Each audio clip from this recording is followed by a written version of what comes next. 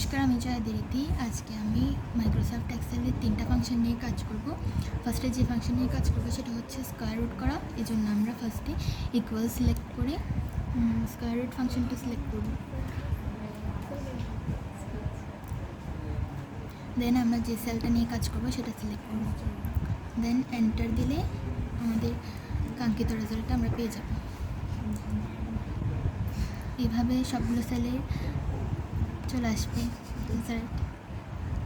আমরা সেকেন্ডে যে ফাংশন নিয়ে কাজ করব সেটা হচ্ছে পাওয়ার। এখানে আমরা স্কয়ার করতে পারবো, কিউব করতে পারবো। আমি এখন স্কয়ার করে দেখাবো। এই জন্য আমাদের ফার্স্টে ইকুয়াল ক্লিক করে পাওয়ার ফাংশন ক্লিক করতে হবে।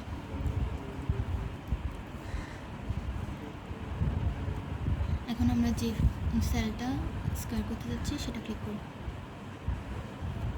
দেন আমরা স্কয়ার করার জন্য 2 দিব। এখন এন্টার দিলে স্কয়ারের মান চলে আসবে। এভাবে আমরা সবগুলো সেলের স্কয়ারের মান পেয়ে যাব। থার্ড আমরা যে ফাংশনের কাজ করবো সেটা হচ্ছে রাউন্ড। এর মাধ্যমে আমরা দশমিক সংখ্যাকে পূর্ণ সংখ্যায় পরিণত করতে পারবো।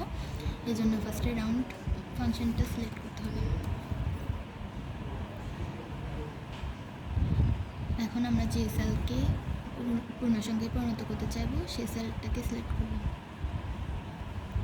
দেন আমরা 0 দিব। দেন এন্টার দিলে সেটা পূর্ণ সংখ্যায় পরিণত হয়ে যাবে। এভাবে সব সেলকে করা যায়।